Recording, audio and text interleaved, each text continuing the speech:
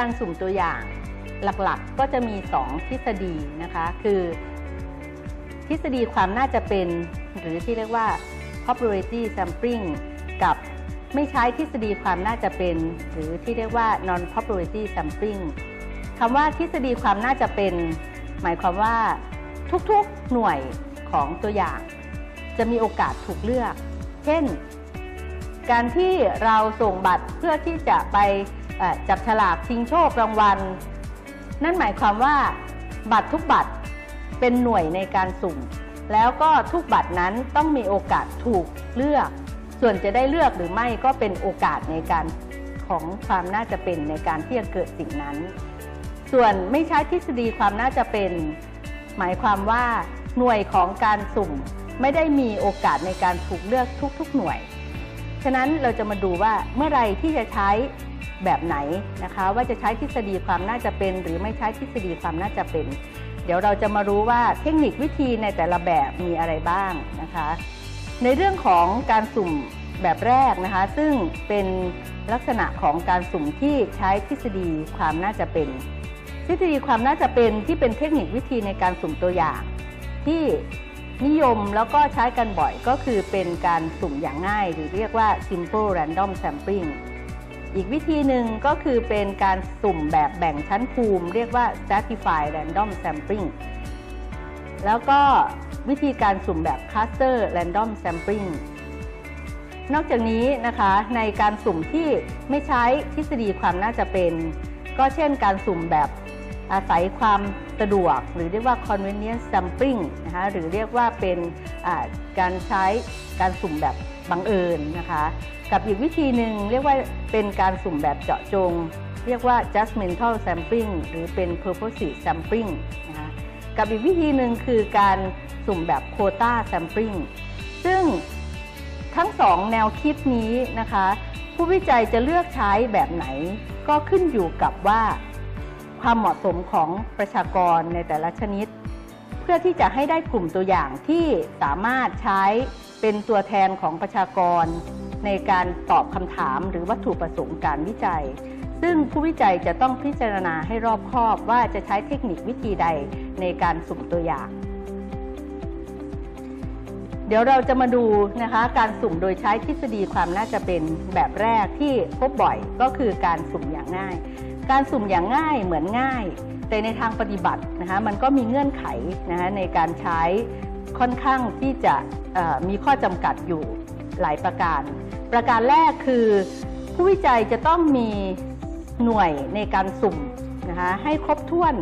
เพื่อที่จะให้ทุกหน่วยของประชากรมีสิทธิ์ได้รับเลือกขึ้นมาเป็นตัวแทนของประชากร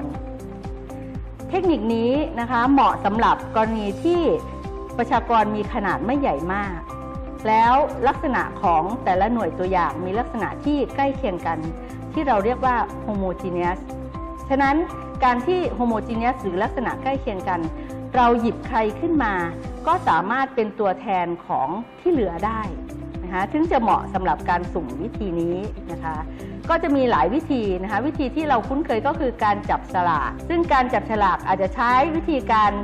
จับฉลากทีละใบแล้วใส่คืนแล้วจับใหม่หรือใช้วิธีการไม่ใส่คืนแล้วจับไปเรื่อยๆจนได้ครบตามจำนวนที่ต้องการก็ขึ้นอยู่กับหลักสถิติที่ผู้วิจัยจะนำมาใช้นะคะอีกวิธีหนึ่งนะคะก็เป็นหลักของการใช้ทฤษฎีความน่าจะเป็นที่เรียกว่าเป็นการสุ่มแบบเป็นระบบหรือเรียกว่า systematic random sampling นะคะการสุ่มตัวอย่างแบบเป็นระบบนี่ก็คล้ายกับ simple random sampling คือจะต้องมีประชากรที่อยู่ในกรอบของหน่วยตัวอย่างอยู่แล้วนะคะแล้วก็อาจจะมีการเรียงที่เป็นระบบอยู่แล้วนะคะเช่นเป็นการเรียงรายชื่อตามอักษรหรือเรียงตามหมายเลขประจำตัวนะคะการสุ่มตัวอย่างแบบมีระบบผู้วิจัยจะต้องคำนวณค่า interval หรือช่วงของการสุ่มนะคะตามสูตรช่วงของการสุ่มก็คือเป็นการระบุว่าเราจะสุ่มนักเรียนนะคะหรือหน่วยตัวอย่างออกมาแล้วก็เว้นไปกี่คนนะคะค่อยจะหยิบกี่คนนี่คือเรียกว่าเป็น interval นะคะซึ่งสูตรในการคำนวณก็คือประชากรทั้งหมดหารด้วย จำนวนตัวอย่างที่เราต้องการสัญลักษณ์คือ i เท่ากับ n ใหญ่หารด้วย n เล็กนะคะจากตัวอย่างเช่นมีประชากรทั้งหมด9คนเราต้องการตัวอย่างนะจำนวน3คนฉะนั้น interval หรือหน่วยตัวอย่างของเราก็คือ9หาร3เท่ากับ3ฉะนั้น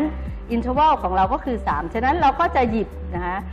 คนหนึ่งแล้วก็เว้นไป3คนเช่นกรณีที่เริ่มต้นจากคนที่1ก็หยิบคนที่3คนที่6คนที่9ไปจนครบนะคะตามที่เราต้องการอันนี้คือเรียกว่าเป็นการสุ่มตัวอย่างแบบมีระบบนะคะอีกวิธีหนึ่งนะคะที่จำเป็นต้องใช้กรณีที่หน่วยตัวอย่างนะคะมีลักษณะบางประการที่สามารถแยกได้เป็นแบบ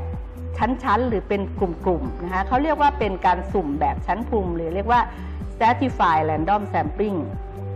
ลักษณะนี้นะคะประชากรในการสุ่มคือสามารถแบ่งออกเป็นกลุ่มย่อยๆหรือตามชั้นภูมิที่เรียกว่า strata นะคะซึ่งประชากรในกลุ่มย่อยจะมีลักษณะหรือคุณสมบัติที่มีความคล้ายกันมากที่สุดมีความแปรผันภายในกลุ่มน้อยที่สุดแล้วก็แบ่งลักษณะร่วมของสิ่งที่การศึกษาออกเป็นกลุ่มย่อยแล้วจึงสุ่มตัวอย่างในแต่ละกลุ่มย่อยออกมานะคะเช่นตัวอย่างนะคะนักเรียนนะอาจจะแบ่งในแต่ละชั้นปีนะคะเป็นชั้นภูมิเช่นชั้นปีที่1ชั้นปีที่2ชั้นปีที่3ชั้นปีที่4จะเห็นว่านักเรียนที่อยู่ภายในสตาต้าที่เป็นชั้นปีเดียวกันจะมีลักษณะที่คล้ายๆกันนะแต่ในระหว่างชั้นภูมิคือชั้นปีที่2 3และ4ก็คือเป็นระหว่างนะชั้นภูมิก็จะมีลักษณะที่แตกต่างกันเวลาสุ่มเราก็จะสุ่มเลือกจากกลุ่มย่อยๆออกมานะคะซึ่งก็ให้ได้สัดส่วนที่มีลักษณะเหมือนกับประชากรฉะนั้นเราก็จะได้สัดส่วนของกลุ่มตัวอย่างที่มีลักษณะที่คล้ายกับประชากรอีกวิธีหนึ่งนะคะก็คือเป็นวิธีที่เรียกว่าการสุ่มตัวอย่างแบบกลุ่มหรือเรียกว่า cluster random sampling วิธีนี้จะใช้เมื่อไหร่จะใช้เมื่อไม่มีกรอบหน่วยตัวอย่างที่แน่นอนและไม่ทราบคุณลักษณะของประชากรหรือประชากรมีการเคลื่อนย้ายเข้าออกอยู่ตลอดเวลาหรือประชากรกระจายอยู่ในพื้นที่ต่างๆทำให้เกิดความยากลำบากในการเข้าศึกษาวิธีการสุ่มตัวอย่างก็คือการแบ่งประชากรออกเป็นพื้นที่โดยไม่จำเป็นต้องทำบัญชีรายชื่อของประชากรจากนั้นจึงสุ่มตัวอย่างที่เป็นกลุ่มในพื้นที่ออกมาแล้วศึกษาหน่วยประชากรในพื้นที่นั้นๆเช่นเราต้องการศึกษาชีวิตความเป็นอยู่ของประชาชนในตำบลต่างๆประชากรที่ศึกษาก็คือเป็นประชากรที่อาศัยอยู่ในแต่ละตำบลทีนี้ในกรณีที่เราไม่ทราบในเรื่องของหน่วยของประชากรที่อยู่ในแต่ละตำบลเราก็อาจจะใช้วิธีการสุ่มแบบคลัสเตอร์คือตำบลเป็นคลัสเตอร์ในการสุ่มแล้วก็สุ่มเลือกมาบางตำบลเสร็จแล้วก็ศึกษาประชากรที่อยู่ในตำบลนั้นทั้งหมดวิธีการนี้ก็จะทำให้สะดวกในกรณีที่เราไม่ทราบลักษณะที่แน่นอนของประชากรแล้วก็ไม่จำเป็นต้องทำบัญชีรายชื่อของประชากรทำให้ประหยัดค่าใช้จ่ายแล้วก็ประหยัดเวลาเพราะไม่ต้องอาศัยกรอบการสุ่มแต่มีข้อเสียคือกรณีที่เราไม่ทราบว่ากลุ่มตัวอย่างนั้นที่ได้มามีสัดส่วนหรือมีคุณลักษณะต่างๆสอดคล้องกับคุณลักษณะของประชากรในการวิจัยนั้นหรือไม่อีกวิธีหนึ่งคือการสุ่มตัวอย่างแบบหลายชั้นที่เรียกว่าเป็น multi stage random sampling วิธีการนี้นะคะมักใช้กับหน่วยตัวอย่างที่มีขนาดใหญ่แล้วก็มีขั้นตอนการสุ่มมากกว่า1ขั้นซึ่งในแต่ละขั้นอาจจะใช้วิธีการสุ่มที่แตกต่างกันออกไปนะคะอาจจะเป็นวิธีการเดียวหรือต่างวิธีการก็ได้นะคะฉะนั้นในวิธีการนี้ก็อาจจะมีหลายขั้นตอนเช่นขั้นที่1สุ่มโรงเรียนขั้นที่2สุ่มชั้นเรียนขั้นที่3สุ่มนักเรียนดังที่ตัวอย่างได้กล่าวถึงในตอนต้นนะคะ